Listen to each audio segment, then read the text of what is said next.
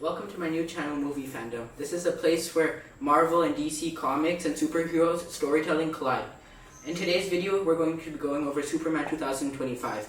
Did James Gunn really bring the Man of Steel back to glory, or is it just another cape in the park? Let's break it down.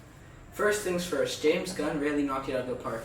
This movie had a little bit of everything: action, heart, comedy, and it was just amazing. This is a movie that we've been waiting for a long time, that we expected to come from DC. The recent DC movies have not been that good, but this movie, it really killed it. What stood out most was that this movie was just like the comics. It had a bright and inspirational tone that was compared with awe, and from this we can tell that James Gunn truly is a fan, and this is something we've been missing from recent DC outings. Now let's talk about the tone difference and comparison. This movie has really a brighter and better tone than most recent DC movies, such as Man of Steel and Batman vs Superman. In those movies, Superman is portrayed as a more fear and grim type character, and this movie he's more childish and nice and brighter, which actually connects us in a positive way, and it really makes us and the action more connective and positive, and it makes everything more feel happy and bright. Now let's talk about the more mysterious parts of the movie, such as the character Mr. Terrific.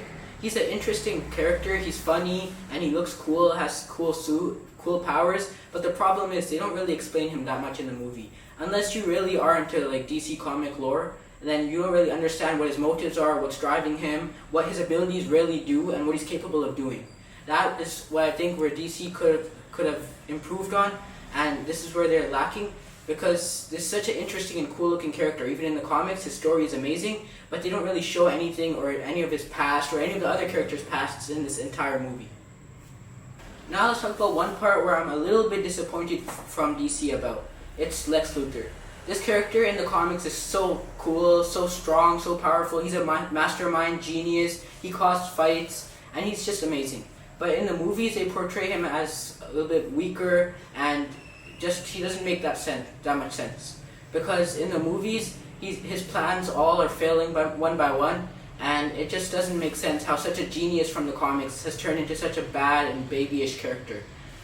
They should have made the ending a bit more better, where Lex Luthor has a chance of winning and it's not just plain and outright nonsense. But I feel like that the writers may have hurried and rushed a little bit to wrap things up in this movie. Now, despite the Lex Luthor problem and the vague Mr. Terrific backstory, I think that this movie was honestly really good. It's probably the best DC movie that has came out so far, besides maybe some of them. But I think that if you're looking for a movie that has sincerity and just makes you feel good, it shows a hero that actually does good in today's world and doesn't include any anti-heroes like today's new era, then I think this movie is a great movie to go and watch. My personal favorite character in this entire movie was Green Lantern. He was such a funny character. His motives were kind of unclear, but he was really funny and enjoyable. And I think that you guys might like this character as well. Me personally, I would rate this movie, Superman 2025, a solid 8.5 out of 10.